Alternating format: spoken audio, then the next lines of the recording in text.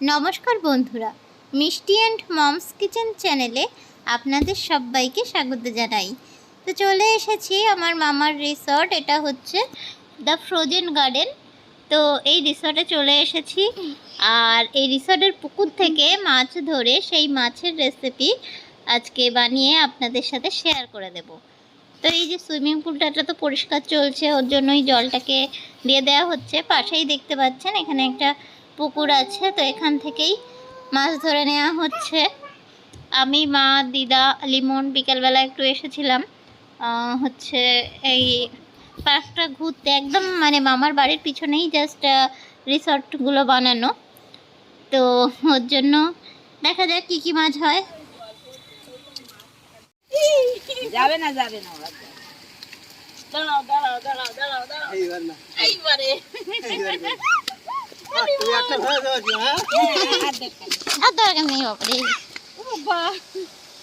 তো দিয়া দেখ এইবার এই মাছটা নিয়ে কি করবে।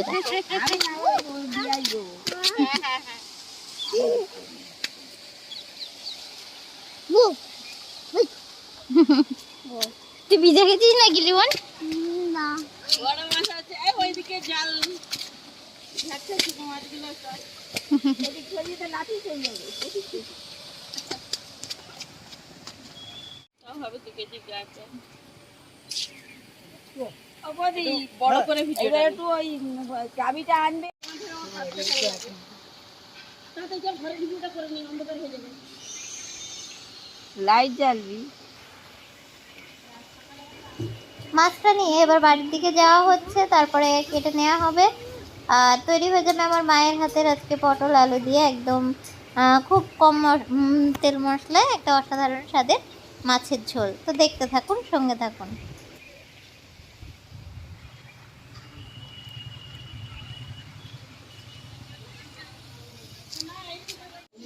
একদম সন্ধে হয়ে গিয়েছে, এখন বাইরে মাছটা কেটে নেওয়া হচ্ছে।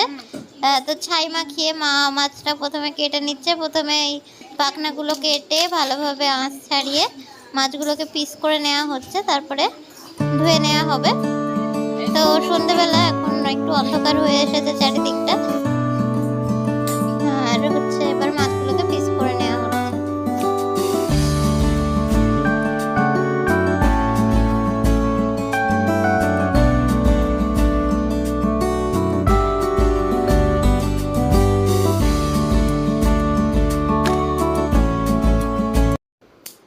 মাছগুলো দেখুন পরিষ্কার করে কেটে ধোয়া হয়ে গিয়েছে। এটা হচ্ছে একদম পুকুরের টাটকা গ্রাস কাপ মাছ। তো এটা দেখুন অনেকটাই পিস হয়েছে, প্রায় 1.5 কেজির উপরে তো হবেই, যেহেতু মাছটা ওজন করা হয়নি, অ্যাপ্রক্সিমেট ওয়েটটা বলতে পারছি না। তো এই যে মা মাছগুলো তো কাটার পরে ধোয়া হয়ে গেছে, এবারে ভাজতে চলে এসেছে। কড়াইয়ে মাছগুলো ভাজা হচ্ছে। তো সব মাছ তো রান্না হবে না, কিছুটা মাছ ভাজা খাওয়া হবে, আর কিছুটা রান্না হবে, আর কিছুটা অবশ্যই ফ্রিজে রাখা হয়েছে। তো এখন মাছ ভাজার পালা চলছে। আজকে মাছ কিন্তু রান্না হবে পটল আলু দিয়ে। তো আমি রান্নাটার সাথে সাথে আপনাদেরকে কী কী উপকরণ লাগছে বলে দিচ্ছি। এই যে শেষ পর্যায়ের মাছ ভাজাটা চলছে, কয়েক পিস মাছ এখন মা হচ্ছে কড়াইতে দিয়ে দিল। তেলের মধ্যে এবার দিয়ে দেওয়া হচ্ছে কেটে রাখা পটল। পটলটাকে ভালোভাবে ভেজে নিতে হবে। দিয়ে দেওয়া হচ্ছে লবণ,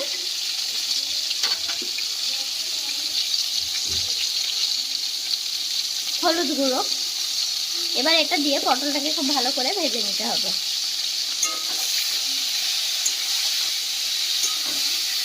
পটলটা একদম পারফেক্ট ভাজা হয়ে গিয়েছে, এবার একটা পাত্রে তুলে নেওয়া হচ্ছে।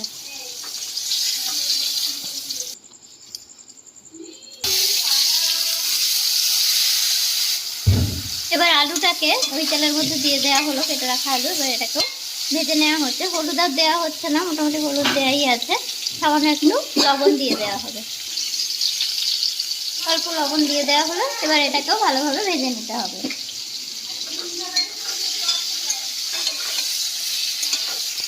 এটা একটু হাফ সেদ্ধ আলু ছিল, তো সেই জন্য খুব তাড়াতাড়ি ভাজাও হয়ে গেল।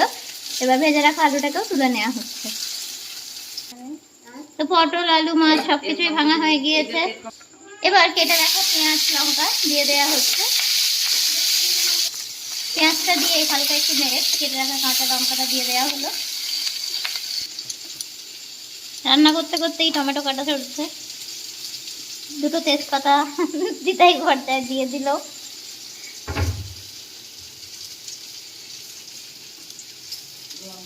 টমেটোটাও ধুয়ে কাটা হয়েছে, আর এটাও এবারে দিয়ে দেওয়া হলো। তাহলে পেঁয়াজ, লঙ্কা, তেজপাতা আর টমেটো দিয়ে এবার একটু ভেজে নেওয়া হচ্ছে।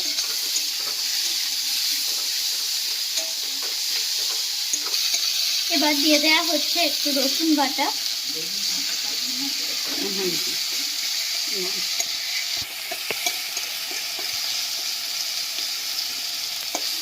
রসুন বাটাটা দিয়েও একটু কষিয়ে নিতে হবে। এবারে দিয়ে দেওয়া হচ্ছে অল্প একটু আদা বাটা, আদা বাটাটা দিয়েও ভালোভাবে কষিয়ে নিতে হবে। দেখুন মশলাটা মোটামুটি কষানো হয়ে গিয়েছে।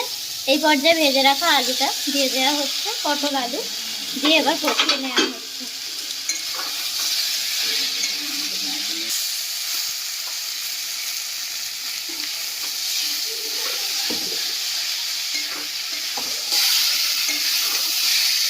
পটল আলুটা দিয়ে কষিয়ে নিয়ে এবার দিয়ে দেওয়া হচ্ছে জিরে গুঁড়ো, অল্প 1 চামচ পরিমাণে দিয়ে দেওয়া হলো। এবার এটাকেও কষিয়ে নিতে হবে। সামান্য জল দিয়ে দেওয়া হচ্ছে যাতে মশলাটা পুড়ে না যায়, আর এটাকে এবার কষিয়ে নেওয়া হচ্ছে। এবারে দিয়ে দেওয়া হচ্ছে পরিমাণ মতন জল।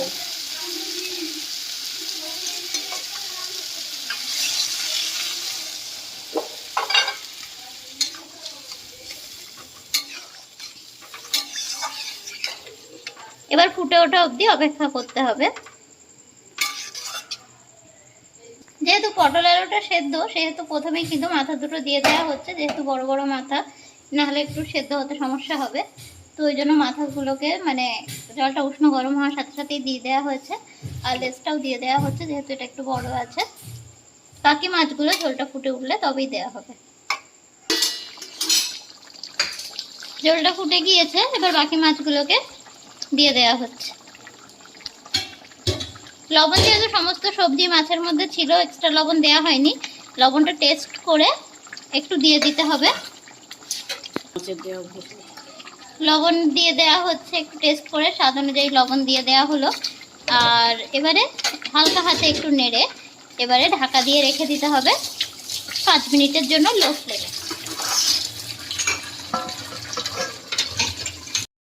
ফিরে এসেছি, আর তরকারিটাও আমার একদম পারফেক্ট রেডি হয়ে গিয়েছে। উপর থেকে এবার খুব সামান্য পরিমাণে একটু গোলমরিচের গুঁড়ো দেওয়া হচ্ছে, খুব অল্প একটু গোলমরিচের গুঁড়ো দিয়ে দেওয়া হলো। আর এবারে হালকা হাতে নেড়ে গ্যাসটাকে অফ করে দিলে পারফেক্ট রেডি হয়ে যাবে দারুণ স্বাদের টাটকা মাছের ঝোল। এবার এটাকে স্ট্যান্ডিং টাইমে রেখে পরিবেশন করে দেওয়া হবে। রেসিপিটা ভালো লাগলে কমেন্ট করে জানাবেন, আর নতুন বন্ধু হলে অবশ্যই চ্যানেলটিকে সাবস্ক্রাইব করে নেবেন। ভালো থাকবেন, আবার দেখা হবে নতুন কোনো রেসিপি নিয়ে।